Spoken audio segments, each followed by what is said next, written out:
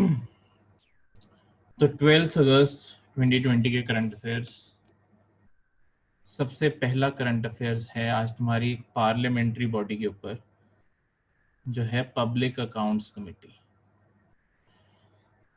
देखो, जब पार्लियामेंट के चैप्टर पढ़ते हैं हम और भी बहुत सारी कमेटीज पढ़ते हैं, पर public accounts committee one of the most important committees है, जिसके ऊपर पीसीएस में भी क्वेश्चन आ चुके हैं, यूपीएससी में भी क्वेश्चन आ चुका है और एचएएस में भी क्वेश्चन आ चुका है। ऑलमोस्ट हर एग्जामिनेशन कहीं ना कहीं इस कमेटी बारे पूछ चुका है और दोबारा भी पूछ सकता है। ऐसा कुछ नहीं है कि ये टॉपिक दोबारा रिपीट नहीं हो सकता। ये one of the most important body है पूरे इंडिया की, तो इस कारण ये बहुत इंपॉर्टेंट, मतलब पार्लियामेंट्री सिस्टम की बहुत इंपॉर्टेंट बॉडी है, तो ये ऑब्वियसली रिपीट हो सकती है। ठीक है, तो इस बॉडी को ध्यान से करना है। ये पार्लियामेंट, अब ये पहले कमिटीज होती क्या है? देखो, जो तुम्हारी नॉर्मल पार्लियामेंट है, लोकसभा और राज्यसभा, दो हाउसेस से बनी हुई है। लोकसभा और राज्यसभा से तुम्हारी पार्लियामेंट बनी हुई है। सबसे पहले कमिटीज का ओरिजिन देखते हैं। ये जो हाउसेस हैं, ये साल में कितनी को बारी ही मिलते हैं? मतलब खुद देखो, बजट सेशन में, फिर एक बार हमारा समर्स में सेशन होता है जिसे हम मॉनसून सेशन कहते हैं। ठीक है, इसका माइक कौन है?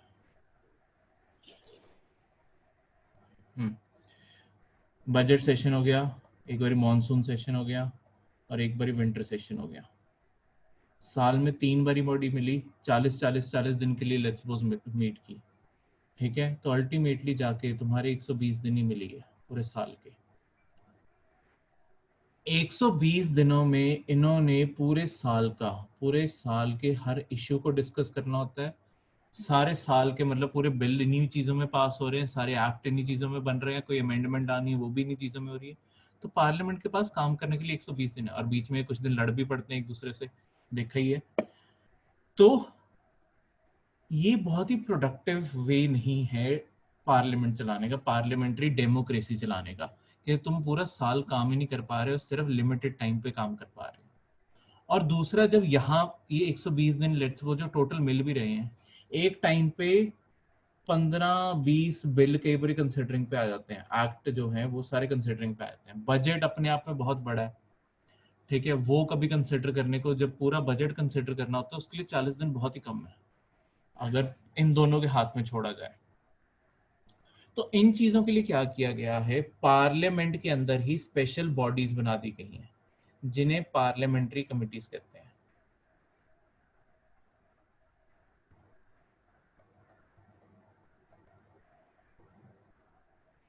अलग अलग पार्लियामेंट्री कमिटीज हैं, उनके अलग अलग फंक्शन है। इनके मेंबर्स कौन होते हैं? इनके मेंबर्स, ये जो एमपीज है ना, लोकसभा और राज्यसभा के, इनके अंदर मेंबर ऑफ पार्लियामेंट एमपी कहते हैं, वही इनके मेंबर बनते होते हैं। ठीक है, मतलब पर्सन वही होते हैं, पर एक पार्लियामेंट्री कमेटी में एक एमपी 1 साल के लिए चुना जाता है। उन्हीं में से जो पहले एमपी बनेगा वही इसका पार्ट बन सकता है, आम लोग नहीं चुनते, ये पार्लियामेंट अपने आप में ही इन्हें चुनती रहती है। तो 1 साल फिर क्या है, ये किसी भी टाइम साल के जब भी कोई भी चीज कंसिडर करने के लिए आएगी, तब ये सारे असेंबल होके कंसिडर कर सकते हैं। वन ऑफ द इम्पॉर्टेंट, बाकी सारी पार्लियामेंट के चैप्टर में आती हैं, तब सारी पढ़ी भी जाएंगी, करते भी हैं हम। तो अभी फिलहाल के लिए जो बॉडी आज न्यूज में थी इनमें से, पार्लियामेंट्री कमिटीज में से, वो थी पब्लिक अकाउंट्स कमेटी। ठीक है, तो इसे याद रखना। फिर 1 साल बाद इन्हें चेंज कर दिता जाता वा। 1 साल बाद क्या होता है, 1 साल बाद री इलेक्शन होते हैं, सेम बंदे दोबारा भी चुने जा सकते हैं, बस ये बनाने के लिए कि सबको रिप्रेजेंटेशन मिले, क्योंकि 5 साल के लिए तो टोटल आए हैं। तो इससे क्या होता है, हर साल एक बार दोबारा से इलेक्शन करवा लिए जाते हैं। सेम पर्सन बार बार भी इलेक्ट हो सकता है, कोई लिमिट नहीं है उसके री इलेक्शन पे, पर एक बारी चूज करने का मौका तो हाउस को दोबारा से मिलना चाहिए, क्योंकि हाउस एक बारी तो 5 साल के लिए बन रहा है, लोकसभा की अगर बात करें। ठीक है, हाँ जी सर। तो पब्लिक अकाउंट्स कमेटी है क्या? ये जो बॉडी है ये ऑडिट करने के लिए है गवर्नमेंट के रेवेन्यूज कि सरकार कितना पैसा कमा रही है, और एक्सपेंडिचर कि सरकार कहाँ कहाँ पैसा लगा रही है। ठीक है, गवर्नमेंट ऑफ इंडिया के, स्टेट्स के नहीं करती, सिर्फ गवर्नमेंट ऑफ इंडिया जो हमारी सेंटर की सरकार है उसका कितना उसने कमाया है, कहाँ कहाँ से कमाया है, और दूसरा कहाँ कहाँ उसने पैसे लगाए हैं, दोनों चीज़ों को ऑडिट करने का काम है। ठीक है, तो ये ऑडिट कैसे करती है, देखो है तो इसके अंदर ultimately MP, member of parliament ही है। अब मेंबर ऑफ पार्लियामेंट को कितनी नॉलेज होती है अकाउंट्स की या इकोनॉमिक्स की कि वो सारे के सारे फाइलों का एक्चुअली देख पाए। तो इसके लिए ना सिंप्लीफिकेशन का काम और इस कमेटी की मदद करने का काम होता है इंडिया के कंट्रोलर एंड ऑडिटर जनरल का। ठीक है, कैग क्या करता है, ये जो कमेटी है ये बेसिकली कैग की रिपोर्ट्स पढ़ती है, बस कैग जो लिखता है उसकी रिपोर्ट ही स्टडी करती है एक तरह से, क्योंकि controller and auditor general of India जो है वो ऑलरेडी ये काम करता है, कहाँ से रेवेन्यू आ रहा है और कहाँ पे खर्चा हो रहा है। जो आज तक जितने भी तुम्हारे स्कैम सामने आए हैं ना, चाहे 2G स्कैम था, चाहे तुम्हारा कोल का स्कैम था, कोलगेट। ठीक है, कोलगेट वो वाला नहीं, कोले से जुड़ा हुआ उसे कहते हैं कोलगेट। कोई भी चीज जो करप्शन से जुड़ जाती है उसके साथ गेट जोड़ देते हैं। तो कोलगेट हो गया, तुम्हारा 2G स्पेक्ट्रम का हो गया, फिर जो कॉमनवेल्थ में पैसे का घोटाला हुआ था, ये आज तक जितने भी घोटाले सामने आए हैं ना, ये एक्चुअली कैग की रिपोर्ट्स के कारण सामने आए हैं। कैग अपनी रिपोर्ट में एक एक रुपए की डिटेल पब्लिश करता है कि सरकार ने ये पैसा कहाँ लगाया है और क्या वो पैसा वेस्टफुल लगाया या नहीं लगाया, उसके थ्रू पता लग सकता है।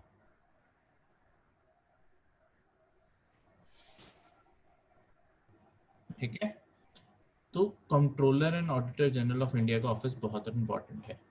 तो वो हेल्प करता है पब्लिक अकाउंट्स कमेटी की सरकार के सारे रेवेन्यू और एक्सपेंडिचर समझने में। ठीक है, तो ये इसके सारे पॉइंट्स लिखे हुए हैं, जैसे कुछ इंपॉर्टेंट पॉइंट्स इसमें टोटल एक एक टाइम पे नॉट मोर देन 22 मेंबर्स होने चाहिए, मतलब 22 से ज़्यादा मेंबर्स नहीं हो सकते। उसमें से 15 लोकसभा से लिए जाते हैं और तुम्हारे 7 राज्यसभा से लिए जाते हैं। ठीक है, तो ये भी याद रखना किस हाउस की रिप्रेजेंटेशन इसमें ज़्यादा है, किसकी ज़्यादा है, लोकसभा की ज़्यादा है। ये सारी ना ऐसी स्टेटमेंट्स बनती हैं पेपर में, तुम्हें स्टेटमेंट आएगी there are not more than 22 members in public accounts committee. बताओ सही होगी स्टेटमेंट? ट्रू। हाँ ट्रू, बिल्कुल, ये सामने यही लिखी हुई है। उसके बाद अगली स्टेटमेंट आएगी Lok Sabha has more members in public account committee than Rajya Sabha. True. True, ये दोनों ऐसे सही हो गए, ऐसे के क्वेश्चन आएंगे। इनका 1 साल का टेन्योर होता है, यहाँ पे ये देखो लिखा है। इस पूरी कमेटी का जो चेयरपर्सन होता है उसे कौन चुनता है, लोकसभा का स्पीकर चुनता है। लोकसभा का स्पीकर कौन होता है, जो पूरी लोकसभा को हेड कर रहा होता है। तो देखा होता है ना, लोकसभा के बीच में एक सेंटर में एक बंदा बैठा होता है, वो लोकसभा का स्पीकर होता है। वो चुनता है कि पब्लिक अकाउंट्स कमेटी का चेयरपर्सन कौन बनेगा। राज्यसभा का चेयरपर्सन नहीं चुनता, लोकसभा का स्पीकर चुनता है। ये चीज याद रखना। ठीक है,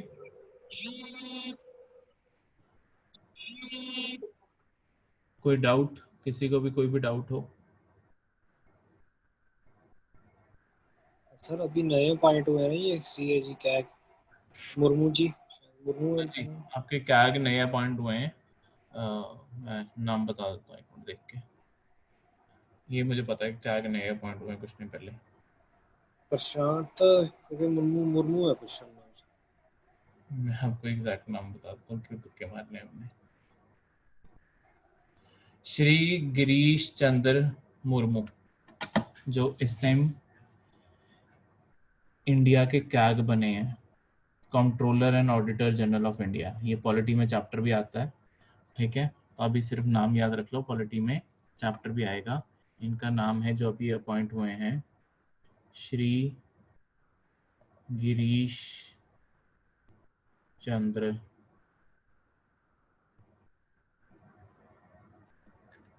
मुर्मू।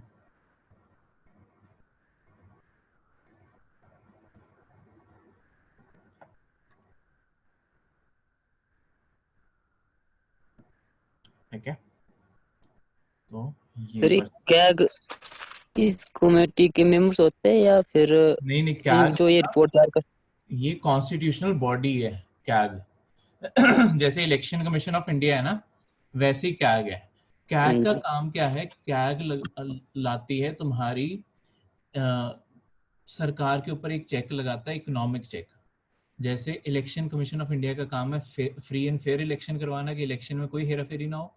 कैग का काम है कि जो सरकार पैसा खर्च करती है, इकोनॉमिक डिसीजंस हैं जो सरकार के, वो फालतू में कोई पैसा तो नहीं इधर उधर बर्बाद कर रही। और जो तुम्हारे करप्शन के जो स्कैंडल्स निकलते हैं वो भी तभी तो कैग के थ्रू निकलते हैं। पता ही तब चलता है जब क्या कहते हैं कॉमनवेल्थ में एक कुर्सी 80 रुपए की वैसे आती है मार्केट में, और हम 200 रुपए की पर डे रेंट पे ले रहे हैं। तो कैग ने यही सवाल उठाया कि ये क्यों किया गया, 80 रुपए की खरीदी क्यों नहीं ली। ठीक है, ऐसे ही तो कॉमनवेल्थ का स्कैंडल निकला था, 2G के भी स्कैंडल ऐसे ही निकले थे। सब कुछ ऐसे कैग की रिपोर्ट्स बहुत इंपॉर्टेंट होती हैं पूरी डेमोक्रेसी के लिए, क्योंकि यहीं से तो घोटाला पता चलता है। कोई गन्स खरीदी गई हैं, कोई एयरक्राफ्ट खरीदे गए हैं, कहाँ पैसा लगा, कितना लगा है, क्यों लगा है। ਤੇ इंडिपेंडेंट बॉडी ਹੁੰਦੀ है ये? हाँ जी, इंडिपेंडेंट बॉडी है। अपॉइंट प्रेसिडेंट करता है, पर उसके बाद इसे रिमूव करना उतना ही मुश्किल है जितना सुप्रीम कोर्ट के जजेस को है। ਉਹਦੇ ਸੇ ਜੁਡੀਸ਼ੀਅਲ ਰਿਵਿਊ ਹੁੰਦਾ है या रिपोर्ट्स ਤੇ ਮਤਲਬ कि चेक नहीं, कर लिया? ये कौन सा बाइंडिंग है? इसके रिपोर्ट्स, इसने तो रिपोर्ट ही पब्लिश की, ये पनिश नहीं कर सकता किसी को। ये सिर्फ रिपोर्ट, जुडिशियल रिव्यू तो तब होगा ना जब किसी को पनिशमेंट हो रही है। ये तो अपने सिर्फ नंबर जारी करता है, नंबर से क्रिएट होती है कंट्रोवर्सी। ठीक है सर, रिपोर्ट ये प्रेसिडेंट ਨੂੰ ਦਿੰਦਾ या फिर ਇਸੇ ਕਮੇਟੀ ਨੂੰ ਹੀ ਦਿੰਦਾ सिर्फ? ये प्रेसिडेंट के आगे रिपोर्ट्स रखता है, प्रेसिडेंट तुम्हारा पार्लियामेंट के आगे रिपोर्ट्स रखेगा उसके बाद कैग की रिपोर्ट्स बोल के। Okay okay sir. ये पूरा चैप्टर आता है पॉलिटी में, तब एक एक वर्ड चीज डिटेल में भी आएगी। नेक्स्ट इज तुम्हारा नेशनल फूड सिक्योरिटी एक्ट 2013। देखो ये एक्ट बहुत ही इंपॉर्टेंट है। इससे इंडिया ने दुनिया की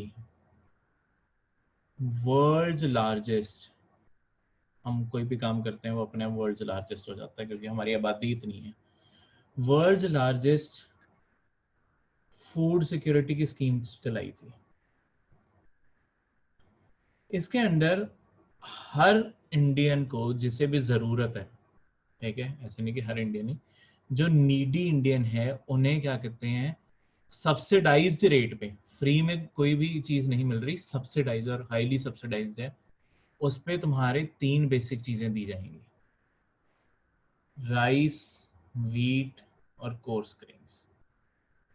ठीक है, जो दाल आटा स्कीम जैसे तुमने सुनी होगी, राइस 3 रुपए में, व्हीट 2 रुपए में, और कोर्स ग्रेन्स तुम्हारे मिलेट से होगी, जो दाल होगी वो 1 रुपए में। ये 3 इस रेट पे दी जाएंगी।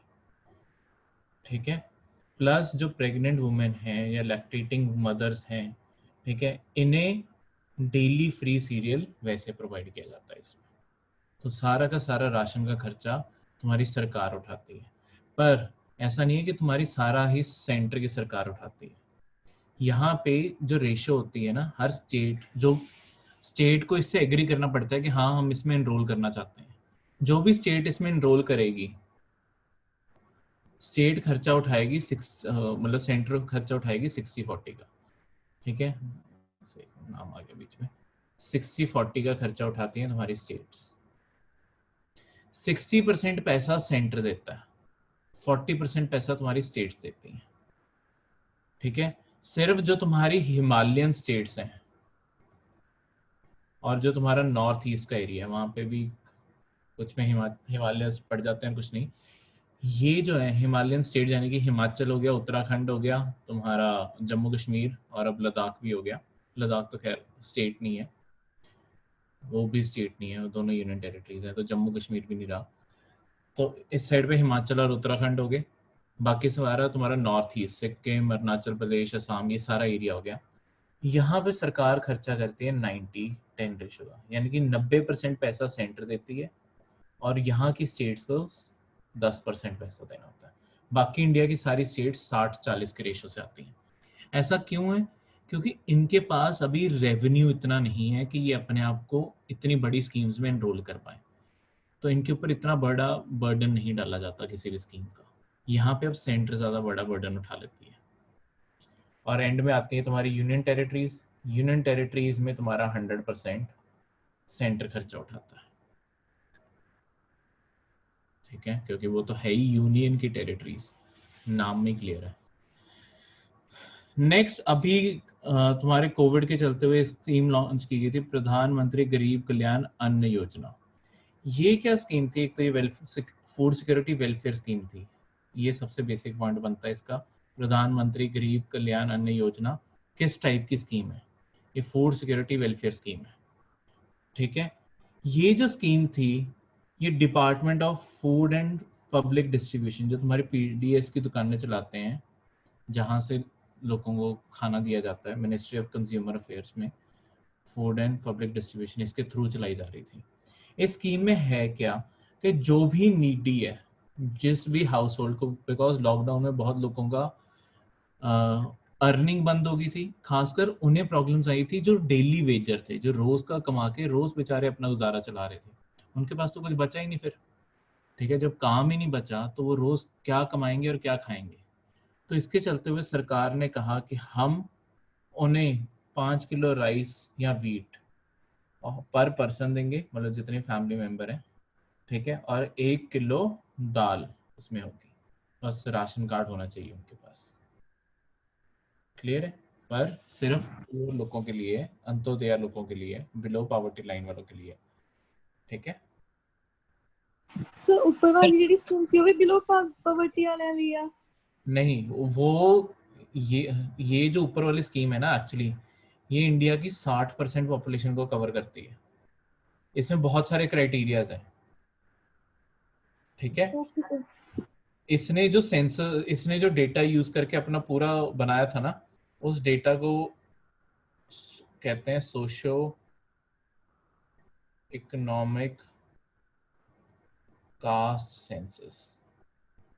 ये 2011 में रिलीज किया गया था, 2011 में लिया गया था, 2015 के अराउंड ये रिलीज किया गया था। Socio economic caste census, short में SECC 2011। ये जो डेटा है ना, जैसे हम सेंसस और ये सारे डेटा तो लेते हैं, ये थोड़ा अलग टाइप का डेटा था। इसने कास्ट बेस्ड एक तो स्टडी की, उसके बाद कास्ट के अंदर और भी जैसे मतलब क्या क्या फैक्टर्स लोगों को अफेक्ट करते हैं, जैसे कि कितने लोग पहले तो रूरल एरिया में रह रहे हैं, कितने अर्बन में रह रहे हैं, उसके बाद कितनों के घर पक्के हैं, कितनों के घर कच्चे हैं, उसके बाद कितनों के पास 2 व्हीलर है, कितनों के पास 4 व्हीलर है, या किसी के पास कोई भी नहीं है, कितने हाउस होल्ड में वुमेन जो ब्रेड विनर है, यानी कि मेन अर्निंग मेंबर घर पे एक वुमेन है, ठीक है। तो यहाँ हस्बैंड की डेथ हो चुकी है या डाइवोर्स हो चुका है, जो कुछ भी हो, वो सारी चीजें इसने कंसिडर की थी सोशो इकोनॉमिक कास्ट सेंसस में। तो इसके थ्रू जो डेटा था एक्चुअली वो ज्यादा बेटर माना जाता है। जो तुम्हारे आजकल गवर्नमेंट की ज्यादातर स्कीम्स में गरीबों को आइडेंटिफाई करना होता है ना, या नीडी को, गरीब बोलना गलत होगा, नीडी को आइडेंटिफाई करना जो किया जाता है वो सोशो इकोनॉमिक कास्ट सेंसस के बेसिस पे किया जाता है, ठीक है। ये बहुत इंपॉर्टेंट सेंसस है, किसी ना किसी कभी करंट अफेयर में आएगा तब हम कवर करेंगे इसे, नहीं तो वैसे बहुत पुराना हो चुका है, ये मेंस में ही काम आता है अब प्री में इतना काम नहीं आता, क्योंकि ये डेटा बहुत पुराना हो चुका है 2015 का डेटा कभी तुम्हें 2020 या 21 के पेपरों में नहीं पूछा जाएगा। डिफेंस एक्विजिशन काउंसिल, ये बॉडी तुम्हारे डिफेंस के लिए बहुत इंपॉर्टेंट है इंडिया की, defence acquisition council. So basically defence acquisition council है क्या? ये तुम्हारी इंडिया की जितने भी तुम्हारे वेपन्स की रिक्वायरमेंट है, वो सारी आर्म्ड फोर्सेस से ये रिक्वायरमेंट लेती है। उसके बाद उसके पहले तो टेंडर रिलीज करती है, उसके बाद जितनी पार्टीज अपनी नॉमिनेशन सबमिट करती हैं वो सामान सप्लाई करने का, उनमें से सिलेक्शन करती है। ये सारा काम तुम्हारा डिफेंस एक्विजिशन काउंसिल का है। तो ये इसलिए बनाई गई थी ताकि एक तो जो ये फैसला लेने का प्रोसेस है ये थोड़ा और ब्रॉड बेस हो जाए और पब्लिक में ओपन हो जाए। आर्म्ड फोर्सेस ऐसा नहीं है कि अपने आप में कोई फैसला ले रही हैं, उन्हें थ्रू सिविलियन गवर्नमेंट ज्यादा पास करना पड़े, ठीक है। तो लोगों को भी दिखे कि कहाँ से क्या चीज आ रही है। दो बहुत ही ज्यादा ओपेक प्रोसेस है अभी भी, पर कहने के लिए एटलीस्ट पेपर वर्क में ही इसलिए बनाया गया, ठीक है। बाकी सब कुछ इसके ऊपर ही है। Capital acquisition of various platforms and equipments required by the Indian armed forces, ये इसका काम है कि उन्हें अप्रूव करना कि कोई भी चीज़ जो तुम्हारी आर्म्ड फोर्सेस को चाहिए, चाहे नेवी को चाहिए, चाहे एयरफोर्स को चाहिए, चाहे आर्मी को चाहिए, चाहे तुम्हारी पैरामिलिट्री को चाहिए, सारी चीज़ें इसके थ्रू पास होके जाती हैं, ठीक है। ये डिफेंस मिनिस्टर इसे हेड करता है और उसका चेयरपर्सन वही होता है, क्लियर है। ये हाईएस्ट डिसीजन मेकिंग बॉडी है डिफेंस मिनिस्ट्री की, जो सारी नई पॉलिसीज, कैपिटल एक्विजिशन तीनों फोर्सेस के लिए, और कोस्टल गार्ड भी खैर इसमें आ जाते हैं, वो सब कुछ इसके थ्रू होता है, क्लियर है। पैरामिलिट्री नहीं होती, सिर्फ एक पैरामिलिट्री का होता है Indian coast guard, sorry paramilitary तुम्हारी होम मिनिस्ट्री के अंडर आती है, तो उसका काम इसके अंडर नहीं होता, वो होम मिनिस्ट्री करती है। तुम्हारी आर्मी, अभी थोड़ा सा फर्क बताता हूँ, आर्मी और पैरामिलिट्री ये दोनों अलग अलग होती हैं। आर्मी तो आर्मी है, ठीक है। पैरामिलिट्री जैसे तुम्हारी बीएसएफ होगी, सीआरपीएफ होगी, ये ठीक है, तुम्हारी इंडस्ट्रियल फोर्स होगी, सीआईएसएफ, ये ऐसी जितनी भी तुम्हारी ये फोर्सेस हैं, इंडो तिब्बतियन, आईटीबीपी, एसएसबी, ये सारी की सारी बहुत सारी हैं। पैरामिलिट्री बहुत सारी हैं, असम राइफल्स भी तुम्हारी पैरामिलिट्री है, ठीक है। ये फोर्सेस अलग से बनाई गई हैं। इनमें एक जो मेजर इनकी डिसीजन मेकिंग में जो फर्क है, आर्मी जो होता है ये डिफेंस मिनिस्ट्री, आर्मी सारी की सारी डिफेंस मिनिस्ट्री के अंडर आती है।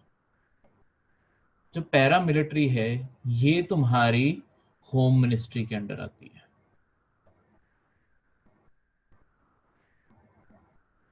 आर्मी का काम है वॉर फ्रंटियर संभालना, जहां पे वॉर होने के अब चांसेस बढ़ गए। जब पीस, किसी बॉर्डर पे अभी शांति होती है, बस पेट्रोलिंग करनी है और गार्ड करना है, वो पैरामिलिट्री का काम होता है। आर्मी कभी भी देखो, जो तो बॉर्डर पे लगी होती है ना, बॉर्डर पे कभी भी आर्मी नहीं लगी होती। सिर्फ आजकल जब एलएसी की सिचुएशन जो जैसे चाइना के साथ इंटेंस हुई हुई है, सिर्फ तब वहां पे आर्मी लगी हुई है। दूसरा, जैसे हम कहते हैं कि पाकिस्तान के साथ जो बॉर्डर है वहां पे आर्मी नहीं, पाकिस्तान के साथ जो सारी की सारी पाकिस्तान के साथ बॉर्डर है ना, टिल पंजाब, पंजाब से लेके गुजरात तक, वहां पे बीएसएफ है, वहां पे आर्मी नहीं लगी हुई। आर्मी कोई भी फ्रंट लाइन का काम नहीं करती जब तक वॉर सिचुएशन नहीं बनती, वो सारे पैरामिलिट्री के काम है। आर्मी का काम है सिर्फ अपने आप को वॉर सिचुएशन के लिए तैयार रखना, ठीक है, और किसी चीज का काम नहीं आर्मी का। एक कोर्ट भी यूज किया जाता है आर्मी के लिए, वो मैं अभी बाद में बताता हूँ। तो ऐसा क्यों है कि हमने दो फोर्सेस बनाने की जरूरत क्यों पड़ी? देखो, जब इंडिया आजाद हुआ और तुम अगर इंडिया के आसपास सारी कंट्रीज देखो, वो कभी ना किसी ना किसी मिलिट्री डिक्टेटरशिप के अंडर आ गई। पाकिस्तान देख लो, आर्मी का आज तक इतना बड़ा इन्फ्लुएंस है, ठीक है। तुम्हारे बांग्लादेश में भी यही हुआ था, तुम्हारे म्यांमार में भी यही हुआ था, और बाकी सरकारों में भी, जैसे नेपाल की सरकार लगा लो, चाहे तुम्हारी श्रीलंका की सरकार लगा लो, वहां पे बहुत बड़ा इन्फ्लुएंस है इनका। वो रूल नहीं करते, इन्फ्लुएंस जरूर है। चाइना में आर्मी का बहुत बड़ा रोल है। तो ये सारी चीजों को देख के ना हमारे मन में हमेशा एक एज अ डेमोक्रेसी हमारे मन में डर था कि किसी टाइम हमारे यहाँ पे तख्ता पलट ना हो जाए, आर्मी कहीं टेक ओवर ना कर ले। तो हमने क्या किया, एक पैरामिलिट्री फोर्स अलग से बनाई है।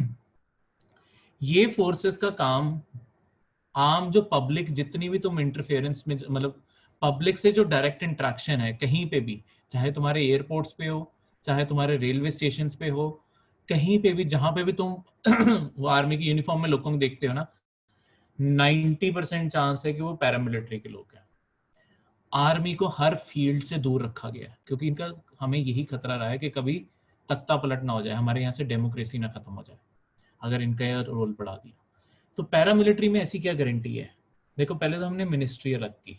मिनिस्ट्री अलग करने से एक चीज और होती है, जो आर्मी होता है वो हमेशा, आर्मी का जो हेड होता है, जो चीफ होता है, वो हमेशा आर्मी का अपना बंदा बनता है, थ्रू प्रमोशंस बनते हो तुम आर्मी में।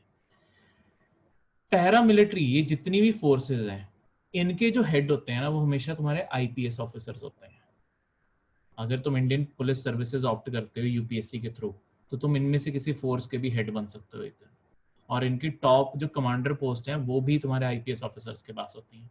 तो पूरी बटालियंस भी ये कंट्रोल करते हैं। आईपीएस अपने आप में तो सिविलियन गवर्नमेंट का पार्ट है ना, तो ये जो नॉन मिलिट्री पर्सन है, इसकी कमांड पे ज्यादा ट्रस्ट किया जाता है कि पब्लिक अफेयर्स को हैंडल करना इनके ऊपर छोड़ दो। ठीक है, नॉन सिविलियन शायद इन चीजों को और तरीके से देखे और एक सिविलियन ऑफिसर अलग चीजों से देखे। तो ये कंट्रोल इनका इसके अंडर दिया हुआ है, जो अल्टीमेटली यूनियन गवर्नमेंट के कंट्रोल में है। ठीक है, तो ऐसे इनका स्ट्रक्चर इसलिए। इनका जो अलग से पेपर निकलता है यूपीएससी के अंडर सीएपीएफ का, हाँ जी, हाँ जी, तो वो मतलब आईपीएस से अलग होता है। हाँ जी, हाँ जी, बिल्कुल। वो कभी भी कमांडर पोस्टों के लिए नहीं होता। सर वो असिस्टेंट कमांडर्स के लिए होता है नहीं, यूपीएससी का। हाँ, तो यहाँ पे तुम डायरेक्टली कमांडेंट की पोस्ट पे लगते हो। मतलब ऐसा भी नहीं कि आईपीएस सिलेक्ट होते ही तुम कमांडेंट की पोस्ट पे लग जाओगे, पर तुम्हारी ट्रेनिंग होगी, तुम आईपीएस में कभी भी डेप्यूटेशन में इनमें जा सकते हो। और जब तुम आईपीएस के सीनियर रैंक्स में पहुंच जाओगे, तब पूरी की पूरी बटालियन हेड करना या पूरा का पूरा एक कमांड सेंटर हेड करना, वो तुम्हारे अंडर आ जाता है। वो आईपीएस इनकी जो तुम्हारे इनके जो पेपर होते हैं ना खुद के, वहां से इनकी रेशियो क्या है। जैसे कि कोई भी सीआरपीएफ का लगा लें, एग्जाम्पल के तौर पर लगा रहा हूँ, सीआरपीएफ के जो अपने लोग थ्रू प्रमोशन पहुंच रहे हैं और थ्रू जो आईपीएस पहुंच रहे हैं, ऐसा नहीं है कि इन्हें चांस नहीं मिलता, नहीं तो बहुत ही अनफेयर होगा। आईपीएस पर तुम्हारे 70% हायर पोस्ट हमेशा आईपीएस रखेंगे, 30% इनकी होगी, ये फर्क रहता है। तो इनकी प्रमोशंस बहुत स्लो है, इनकी प्रमोशंस तेज हैं और हेड भी यही करते हैं। टॉप पोस्ट इन्हें कभी नहीं मिलती, टॉप पोस्ट हमेशा इन्हें मिलेगी, जो चीफ की पोस्ट होगी, क्योंकि ये फोर्सेस का काम ही ये है कि इन्हें सिविलियन के कंट्रोल में रखना है। ठीक है, क्योंकि आर्मी तो वैसे ही थी, नहीं तो हम आर्मी को ही रहने देते। हमने इतनी फोर्सेस क्रिएट क्यों की हैं, इतना बड़ा मेस क्यों बनाया पड़ा है? वो इसीलिए बनाया हुआ है कि हर फोर्स दूसरी फोर्स को चेक रखती है, ताकि कोई भी रिबेलियन न कर बैठे। अगर कोई भी एक रिबेलियन कर बैठती है इंडिया में, बाकी फोर्सेस तो हैं उसे संभालने के लिए। तभी तो इतनी मल्टीपल फोर्सेस क्रिएट किए हुए हैं। चाहे सबको ड्यूटी असाइन अलग अलग की हुई है, पर किसी और ड्यूटी पे भी उन्हें कॉल किया जा सकता है, वो तो किसी पॉइंट पे। ठीक है, जैसे तुम्हारा बीएसएफ का काम है इंडिया और बांग्लादेश के साथ बॉर्डर देखना, इंडो टिबेटियन पुलिस फोर्स का काम है चाइना के साथ सारी बॉर्डर देखना, असम राइफल्स का काम है तुम्हारी म्यांमार के साथ बॉर्डर देखना। ठीक है, सीआरपीएफ का काम है जितने भी तुम्हारे ये जो कभी अगर तुम जम्मू कश्मीर जाओगे ना, जम्मू कश्मीर में जो चेक पोस्ट हैं, जो तुम्हारे शहरों के अंदर चेक पोस्ट लगे हुए हैं ना, वो आर्मी के चेक पोस्ट नहीं है, वो सीआरपीएफ के चेक पोस्ट है। सिर्फ जम्मू कश्मीर की इकलौती बाउंड्री है पाकिस्तान के साथ जहां पे तुम्हारी आर्मी लगी होती है, बाकी पंजाब से लेकर गुजरात तक बीएसएफ है। क्योंकि जम्मू कश्मीर की बाउंड्री जो है वो अभी फिक्स नहीं है, वहां पे सिर्फ सीज फायर हुआ है। अभी वॉर जो है वो अल्टीमेटली खत्म नहीं हुई, वो पीस ट्रीटी के साथ खत्म होती है। तो इस कारण वहां पे आर्मी लगी हुई है, वो सिर्फ पर बॉर्डर पे है। जो तुम्हारे बाकी सारे जम्मू कश्मीर के अंदर जो तुम्हें लोग दिखते हैं, वो सारे के सारे बीएसएफ सॉरी सीआरपीएफ के होते हैं। सिने सिलेक्शन ਤੇ ਵੀ ਕ੍ਰਾਈਟੇਰੀਆ ਅਲੱਗ-ਅਲੱਗ ਹੁੰਦਾ? क्या चीज? सिलेक्शन ਦਾ ਵੀ ਕ੍ਰਾਈਟੇਰੀਆ ਅਲੱਗ-ਅਲੱਗ ਹੁੰਦਾ ਇਹਨਾਂ ਦਾ? इन सबके क्या कहते हैं, अलग अलग पेपर निकलते हैं, मतलब पैटर्न वही होता है पर पेपर अलग अलग निकलते हैं। ठीक है सर। ठीक है, उसके बाद सारे अपने अपने मुताबिक ट्रेनिंग करवाते हैं, जिससे जहाँ पे जैसे रिक्वायरमेंट है वैसे ट्रेनिंग होती है। नेक्स्ट एक केमिकल के बारे न्यूज। ये केमिकल बहुत ही बड़ा अभी धमाका भी करके हटा है। कहाँ किया है इसने?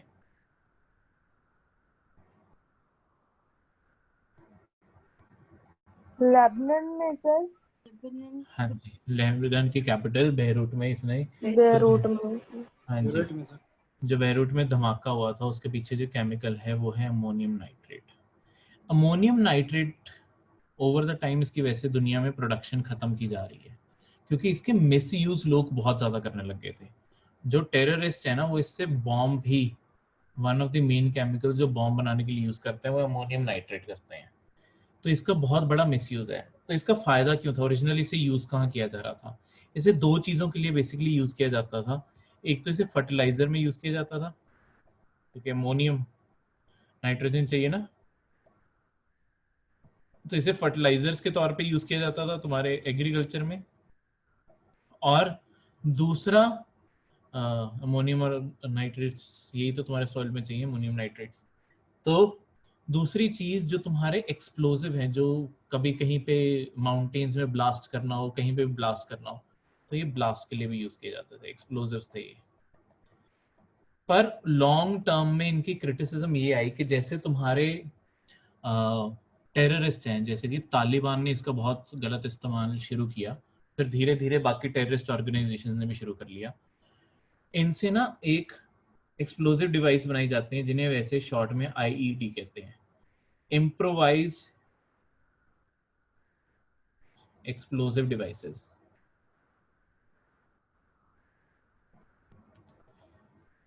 क्योंकि ये केमिकल आराम से तुम्हारे ये फर्टिलाइजर्स और इन इंडस्ट्रीज में मिल जाता था, ये यहाँ से ब्लैक में बाहर से निकलवा के ये क्या करते थे, वो जो बॉम्ब्स होते हैं, मतलब बॉम्ब्स को इम्प्रोवाइज एक्सप्लोसिव डिवाइसेस एक तरह से बोला जाता है, जो टेररिस्ट बॉम्ब्स होते हैं।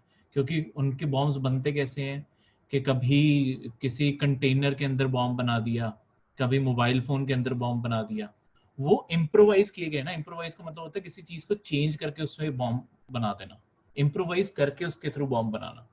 तो आईईडीज का बहुत ज्यादा इस्तेमाल दुनिया में बढ़ने लगा, इस कारण इसकी ओवर द टाइम अब प्रोडक्शन खत्म की जा रही है।